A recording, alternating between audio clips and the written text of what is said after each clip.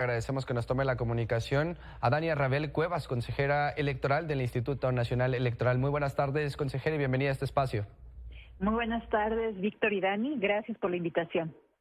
Bueno, ¿en dónde se encuentra actualmente esta situación de la elección al Poder Judicial? Porque estamos a menos de 26 días y el Congreso pues apenas se da cuenta de estos errores en donde finalmente son candidatos a jueces, magistrados y ministros, 26 personas que cometieron aparentemente delitos graves. En este tema vale la pena tener como preámbulo lo que aprobó el Consejo General apenas el pasado 24 de abril. Por una mayoría, hay que decirlo, hubo 3 consejerías que votaron en contra, entre ellas la presidenta del INE, en donde establecimos un acuerdo para hacer una revisión de requisitos de elegibilidad antes de dar las constancias de mayoría, específicamente para verificar que las personas que resultaran electas no incurrían en alguno de los supuestos del artículo 38, específicamente la fracción 5, 6 y 7, que dicen que las personas no deben de ser prófugas de la justicia, no deben de tener una sentencia firme en donde se haya determinado la suspensión de sus derechos políticos, o no deben de haber cometido delitos contra la vida, la integridad corporal, la libertad, seguridad sexuales, violencia familiar, o también que no sean personas deudoras alimentarias morosas.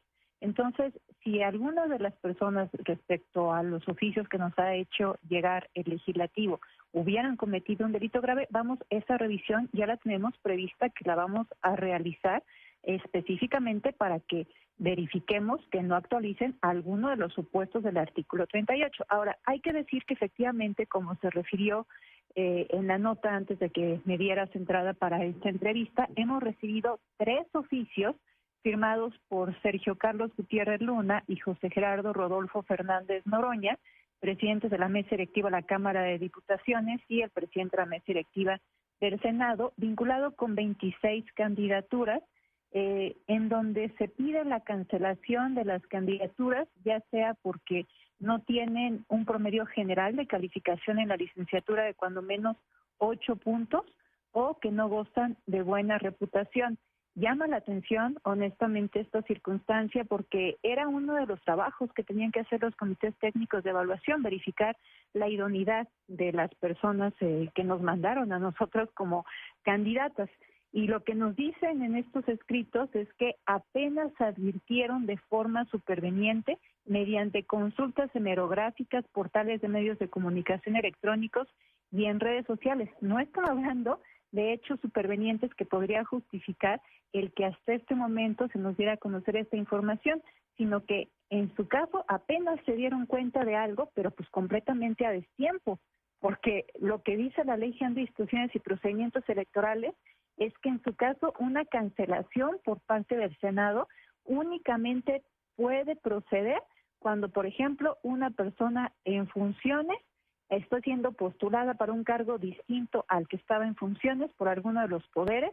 Esa es una de las cuestiones por las cuales se puede cancelar, que establece la legislación, o puede haber sustituciones por parte del Senado de la República antes de que se manden a imprimir las boletas. En ese momento las boletas ya están impresas. Consejera, le saluda Dani Martí, muy buenas tardes. Pues así como se plantea, se podría decir que ellos no hicieron su trabajo y ahora le pasan la pelota, por decirlo coloquialmente, al INE. En este caso, el INE tendría esta facultad de cancelar a estos aspirantes, a estos candidatos para que no participen en esta contienda, o bien cuáles serían los criterios a tomar en cuenta. Este asunto lo vamos a revisar esta semana. El jueves vamos a tener sesión de Consejo General y ahí tomaremos una determinación como Consejo General, pero bueno, pues incluso vimos en el antecedente que les ponía que tuvimos colegas consejeros electorales, 3 específicamente, incluyendo la presidenta, que incluso estaba en desacuerdo con revisar estas cuestiones de constitucionalidad respecto a la suspensión de derechos políticos. Votaron en contra el acuerdo que tomamos para hacer esta revisión antes de dar las constancias de mayoría. En este caso estamos hablando de cuestiones de idoneidad que eran competencia de los comités técnicos de evaluación, tal como lo dices, pues estaba en su cancha completamente. Y bueno, ya ahora se traen algunas cuestiones que no se vinculan directamente con una suspensión de derechos políticos. Por ejemplo, pues está relacionados con algunas investigaciones, pues lo cierto es que la Constitución sigue teniendo la presunción de inocencia y es algo que se tiene que observar.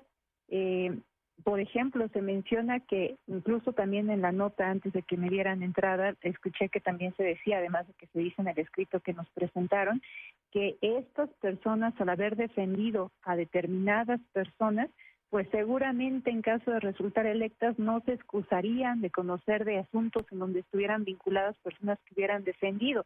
La verdad es que esa es una presunción, no la podemos dar por válida, y en su caso existen otros mecanismos como la recusación. Pero bueno, en fin, efectivamente en este momento no existe una figura de cancelación por parte del Instituto Nacional Electoral. ¿Considera usted que esto es consecuencia de una reforma acelerada, de un proceso que surgió al vapor y que se buscó de todas maneras que se implementara la primera reforma electoral el 1 de junio de este año 2025? Los tiempos han estado muy acotados, todo ha sido ciertamente precipitado. Yo lo he dicho muchas veces que uno de los grandes retos que enfrentamos en la organización de este proceso electoral extraordinario han sido los tiempos. Se inició a finales de septiembre, cuando lo ordinario para una elección federal es que se inicie a inicios de septiembre. Cuando arrancamos este proceso electoral extraordinario, no teníamos todavía la reforma de la Ley General de Instituciones y Procedimientos Electorales en la materia, entonces no teníamos las reglas operativas, eso lo aprobaron hasta mediados de octubre del año pasado, entonces ciertamente han sido los tiempos muy apretados para una reforma compleja. Ahora bien, ¿cómo impacta realmente esto de la credibilidad de este proceso electoral cuando justamente ya lo menciona, falta muy poco tiempo? A ver, el INE, justo como lo decía, ha tomado las previsiones para hacer revisiones conforme a la Constitución.